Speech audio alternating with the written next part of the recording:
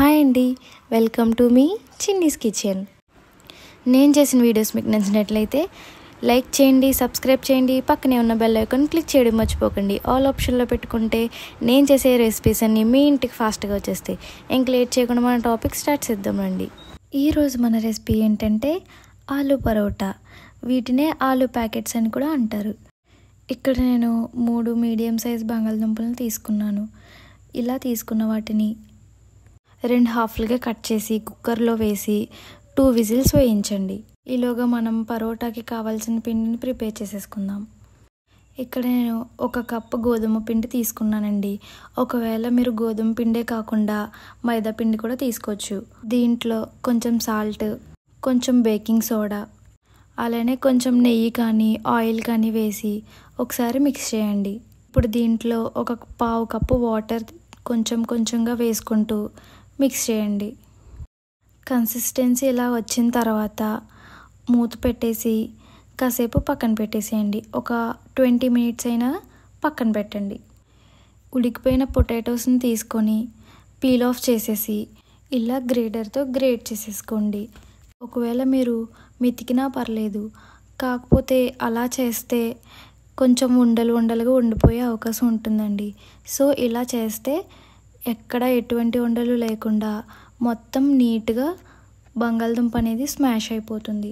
ఇలా గ్రేట్ చేసేసుకున్న ఈ బంగాళదుంపను పక్కన పెట్టేసి ఇప్పుడు స్టవ్ పైన ఒక ప్యాన్ పెట్టి చాలా లైట్గా ఆయిల్ వేసి, ఆయిల్ హీట్ అయిన తర్వాత 1 స్పూన్ ధనియాలు కొంచెం నలిపి వేయండి. అలానే 1 స్పూన్ జీలకర్ర, 2 స్పూన్ల ఆనియన్ ఇలా స్మాష్ చేస్తూ వేయండి. ఇలా వేయడం వల్ల ఆనియన్ పొరలన్నీ విడిచి ఆనియన్స్ బాగా వేగుతాయండి. ఇవి కొంచెం ఇలా వేగిన తర్వాత సన్నగా కట్ చేసుకున్న పచ్చిమిర్చిని మీరు కొంచెం దంచుకొని వేసుకున్నా చాలా బాగుంటుందండి. అలా వేసుకుని పచ్చిమిర్చి వీటన్నిటిని 1 నిమిషం పాటు వేయించండి. ఇప్పుడు దీంట్లో తురిమిన కొంచెం కొత్తిమీర వేసుకొని వేయించండి. ఇలా వేగిన తర్వాత గ్రేట్ చేసుకున్న పొటాటోని వేయండి. అలానే కొంచెం చిటికెడు పసుపు కూడా వేసి వేయించండి. మంటని లో ఫ్లేమ్లో పెట్టుకొని ఇదంతటిని బాగా కలపండి. ఇప్పుడు దీంట్లోకి రుచికి సరిపడినంత సాల్ట్ వేయండి. ఇలా అయిన తర్వాత స్టవ్ ఆఫ్ చేసేసుకొని కాసేపు చల్లారనివ్వండి. ఈలోగా మనం కలిపి పెట్టుకున్న చపాతీ పిండి ఉంటుంది కదా, దాన్ని తీసుకొని ఒకసారి బాగా కలిపి 3 చిన్న ఉండలుగా చేసుకోండి. మీరు కావాలంటే ఇంకా చిన్నగా కూడా చేసుకోవచ్చు. ఇప్పుడు వీటిని మనం చపాతీ రోల్స్గా చేసుకోవాలి. వీటిని పొడిపిండిలో డిప్ చేసి రోల్ చేయండి. మనం తయారు చేసి పెట్టుకున్న స్టఫింగ్ని వేసి మొత్తం ఇలా స్ప్రెడ్ చేయండి. అది ఇలా స్ప్రెడ్ చేయడం అయిపోయిన తర్వాత ఇలా నేను చూపిస్తున్నట్టుగా పైన ఒక 2 లైన్స్, అలానే కింద ఒక 2 లైన్స్గా కట్ చేసి ఇలా ఫోల్డ్ చేయండి. ప్రతి ఫోల్డ్కి కొంచెం నెయ్యి అప్లై చేస్తూ ఉంటే చపాతీ టేస్ట్ అనేది చాలా బాగుంటుందండి. సేమ్ దీనిలానే అటు సైడ్ కూడా ఇలానే ఫోల్డ్ చేసి నెయ్యి అప్లై చేయండి. ఇలా ప్రతి ఫోల్డ్ కూడా నేను చూపిస్తున్నట్టుగా చేయండి. ఒకవేళ ఈ ఫోల్డింగ్ అంతా వేస్ట్ ఆఫ్ టైం అనుకుంటే మీరు, లేదంటే ఏమైనా కష్టంగా ఉంటే ఇంకొక మెథడ్లో కూడా మనం ఫోల్డ్ చేసుకోవచ్చండి. అలా చేసిన తర్వాత ఒకసారి కొంచెం మనం పొడిపిండి వేసుకుని రోల్ చేసుకుందాం. సెకండ్ మెథడ్ ఏంటంటే మనం ప్రిపేర్ చేసుకున్న స్టఫింగ్ని చపాతీ పైన ఇలా మిడిల్లో పెట్టి నేను చూపిస్తున్నట్టుగా ఫోల్డ్ చేస్తూ ప్రతి ఫోల్డ్కి నెయ్యి అప్లై చేయండి. ఈ 2 ఫోల్డ్స్ ఇలా చేసిన తర్వాత దీన్ని ఉల్టాగా తిప్పి బ్యాక్ సైడ్ ఫోల్డ్ చేయండి.